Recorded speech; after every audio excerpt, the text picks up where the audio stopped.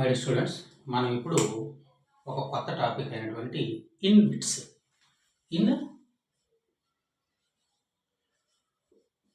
ఇన్విట్స్ అనేటువంటి ఒక టాపిక్ నేర్చుకున్నాం. ఇన్విట్స్ అంటే ఏంటంటే infrastructure investment trusts. Infrastructure investment trusts,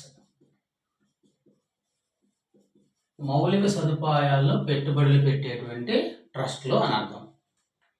ఏంటి ఇన్విట్స్ ఏంటని చూస్తే, ఈ ఇన్విట్స్ ద్వారా 2022-23లో 12,753 కోట్ల రూపాయల ఇన్వెస్ట్మెంట్స్ మౌలిక ప్రాజెక్టులకు వచ్చాయి, మౌలిక సదుపాయాలకు వచ్చాయి.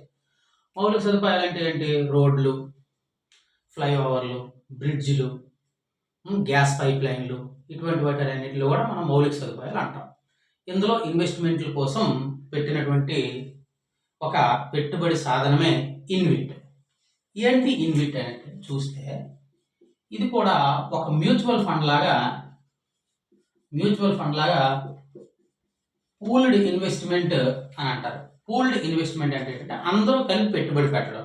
మ్యూచువల్ ఫండ్లో ఏం జరుగుతుంది? సహజంగా ఇన్వెస్టర్లు అందరూ కూడా ఆ మ్యూచువల్ ఫండ్లో పెట్టుబడి పెడితే ఆ మ్యూచువల్ ఫండ్ తీసుకెళ్లి ఏదో ఒక పరిశ్రమలోని మంచి పరిశ్రమలో పెట్టుబడులు పెట్టి వచ్చినటువంటి లాభాలని కస్టమర్కి ఇస్తారు. అదేవిధంగా ఈ ఇన్విట్స్లోని పెట్టుబడి కూడా ఈ యొక్క మ్యూచువల్ ఫండ్ లాగే పెట్టుబడులు పెట్టడం అనేది జరుగుతుంది. అయితే ఎవరు పెట్టుబడి పెడతారు అంటే, 1,00,000 రూపాయలకు తక్కువ కాకుండా సంస్థాగత ఇన్వెస్టర్లు అంటారు.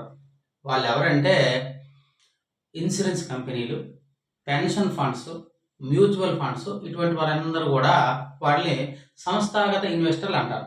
వాళ్ళు పెట్టుబడులు పెడతారు. అదేవిధంగా వారితో పాటు రిటైల్ ఇన్వెస్టర్లు అంటే మనం, అంటే వ్యక్తిగతంగా కూడా ఈ ఇన్వెస్ట్స్లో మనం పెట్టుబడులు పెట్టచ్చు. మినిమం ఎంత ఉండాలి? 1,00,000 రూపాయలు ఉండాలి.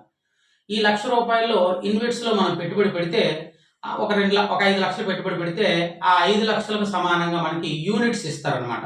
5 లక్షలకి అప్పుడు ఉన్నటువంటి ఆ ఇన్విట్ వాల్యూ ఎంతో ఆ వాల్యూ క్యాలిక్యులేట్ చేసి మనకి యూనిట్స్ని కేటాయిస్తారు.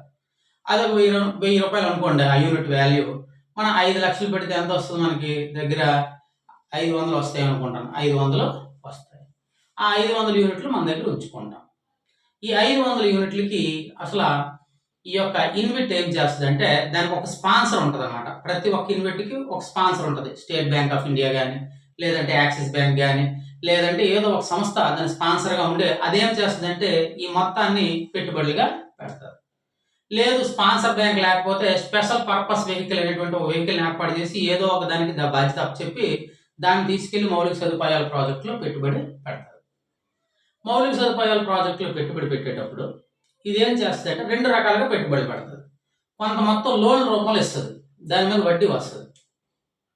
అదేవిధంగా కొంత మొత్తం క్యాపిటల్గా ఉండి కొన్ని పరిశ్రమల మీద, కొన్ని ఇన్ఫ్రాస్ట్రక్చర్ ప్రాజెక్టుల మీద పెట్టుబడి పెడుతుంది. పెట్టుబడి పెట్టేటప్పుడు ఆదాయం వస్తుంది. ఆ ఆదాయం మన యూనిట్లు కొంటాం కదా, మనకు వడ్డీ రూపంలో వస్తుంది, డివిడెండ్ల రూపంలో కూడా వస్తుంది.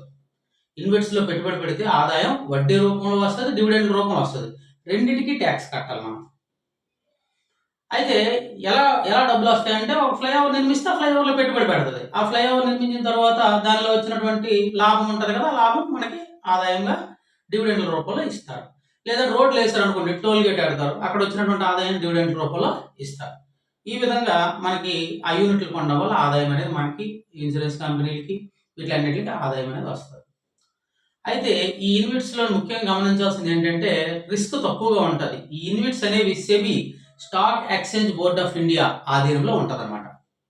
ఉండడం వల్ల రిస్క్ అనేది తక్కువగా ఉంటుంది. ఎందుకు రిస్క్ తక్కువగా ఉంటుందంటే 80% కంప్లీట్ అయిపోయినటువంటి మౌలిక సదుపాయాల ప్రాజెక్టులు పెట్టుబడి పెడతారు.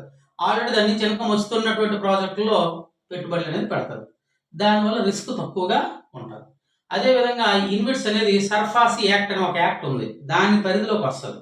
దాని పరిధిలోకి రావడం వల్ల ఈ ఇన్విట్స్లో ఏమైనా సరే ఫ్రాడ్స్ ఏమైనా జరిగాయి అనుకోండి, వారి మీద యాక్షన్ తీసుకోవడానికి అవకాశము ఉంటుంది. మినిమం పెట్టుబడి ఎంత? 1,00,000 రూపాయలు.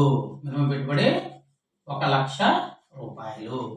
ఈ విధంగా ఇన్విట్స్ అనేవి మౌలిక సదుపాయాల ప్రాజెక్టుల్లో ఇన్వెస్ట్మెంట్స్ని తీసుకొని మౌలిక సదుపాయాల అభివృద్ధికి, భారతదేశ అభివృద్ధికి ఈ ఇన్విట్స్ అనేవి సహాయపడుతున్నాయి. ఇన్విట్స్ అనగానంటే ఇన్ఫ్రాస్ట్రక్చర్ ఇన్వెస్ట్మెంట్ ట్రస్ట్స్.